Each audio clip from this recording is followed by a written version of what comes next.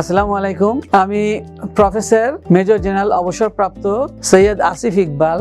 একটা সমস্যা আমাকে প্রায় একটুখানি চিন্তিত করেছে যে রোগীরা একটা সমস্যা নিয়ে ওনারা একটু চিন্তিত থাকেন, সমস্যায়ও পড়েন যে বুকের ব্যথাকে ওনারা কনফিউজ করে ফেলেন গ্যাস্ট্রিক এবং গ্যাস হয়েছে বলে।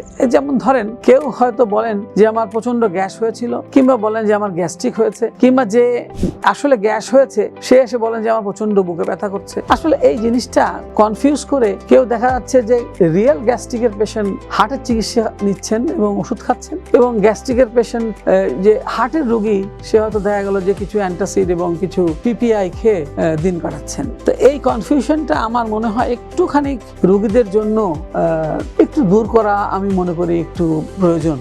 নবজাতকের যত্নে একটু আপোষ নয়। আলোক এনআইসিইউ, ভালোবাসা, যত্ন, অভিজ্ঞ চিকিৎসক, 24 ঘন্টা সেবা আর আধুনিক চিকিৎসার নিশ্চয়তা। আপনার শিশুর নিরাপদ আগামী আমাদের অঙ্গীকার।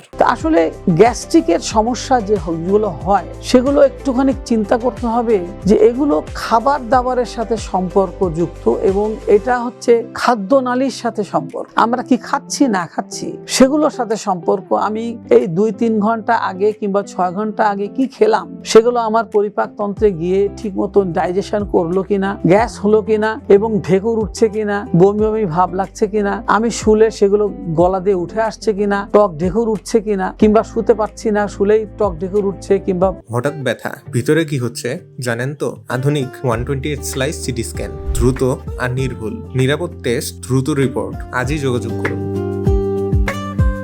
এইরকম কিছু হচ্ছে কিনা সেটা হচ্ছে স্পেশাল কোনো খাবার খেলাম কি না খেলাম সেইগুলোর সাথে সম্পর্ক। আর বুকের ব্যথা যেটা হার্টের থেকে আসছে সেগুলোর সাথে আপনার একটু এগুলো সম্পর্ক ওভারল্যাপ করতে পারে, কিন্তু সেইগুলোর সাথে থাকবে কি যে আপনার একটা সোয়েটিং হবে, ঘাম হবে, যেটা কিন্তু আপনার গ্যাস্ট্রিকে ঘাম হবে। একটু বমি বমি ভাব লাগবে, আপনার গ্যাস্ট্রিকেও বমি বমি ভাব লাগবে, হয়তো আপনি বমি করেও ফেলবেন, কিন্তু এই বমিটা আপনার কাছে একটা অস্বাভাবিক মনে হবে যে এই বমিটা হওয়ার কথা ছিল না। মানে পেটের মধ্যে গোলাচ্ছেন অথচ চট করে বমি হয়ে গেল, এবং শরীরটা ঠান্ডা হয়ে আসবে, এবং আপনার হঠাৎ করে একটু দুর্বল লাগবে এবং একটু অস্থির লাগবে। পেটের মধ্যে অস্থির লাগার থেকে ভেতরে বুকের ভেতরে অস্থির লাগবে। এই জিনিসটা মানে দুইটা জিনিস, বিশেষ করে শরীরটা ঠান্ডা হয়ে আসবে, দুর্বল হয়ে আসবে এবং ঘাম হবে। এই তিনটা জিনিস কিন্তু এই যে গ্যাস্ট্রিকের যে সিমটম, এই গ্যাস্ট্রিকের সিমটমের সাথে কিন্তু এই জিনিসগুলো যখন যোগ হবে, যে ঘাম হওয়া, দুর্বল লাগা, অস্থির লাগা, এইগুলো হচ্ছে হার্টের দিকে বেশি যায়।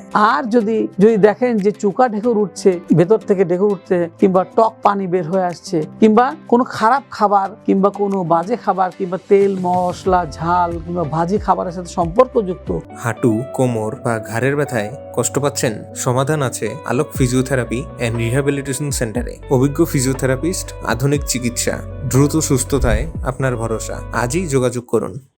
সেগুলোই শুধু গ্যাস্ট্রিকের জন্য আপনি এই রিস্কটা নিতে পারেন। আদারওয়াইজ আপনি ওই ঠান্ডা হলে, শরীর ঠান্ডা হয়ে গেলে, ঘাম হলে, কিংবা দুর্বল হয়ে গেলেন, কিংবা মাথা ঘোরাচ্ছে, এই সমস্ত জায়গায় আপনি কোনো রিস্ক নেবেন না। এগুলো হার্টের জন্যই হয়ে থাকে। অতএব এইগুলো একটু পার্থক্য করার জন্য নিজের বুদ্ধি খাটিয়ে একটু পার্থক্য করার চেষ্টা করবেন। আলোক হেলথ কেয়ার অ্যান্ড হাসপাতাল সুনামের সাথে দীর্ঘ 30 বছর ধরে এই অঞ্চলে কাজ করে যাচ্ছে। তাই পরিশেষে বলবো, আলোকের সেবা নিন, সুস্থ থাকুন। মনে রাখবেন, সুস্থ জীবন সুন্দর পৃথিবী। ধন্যবাদ।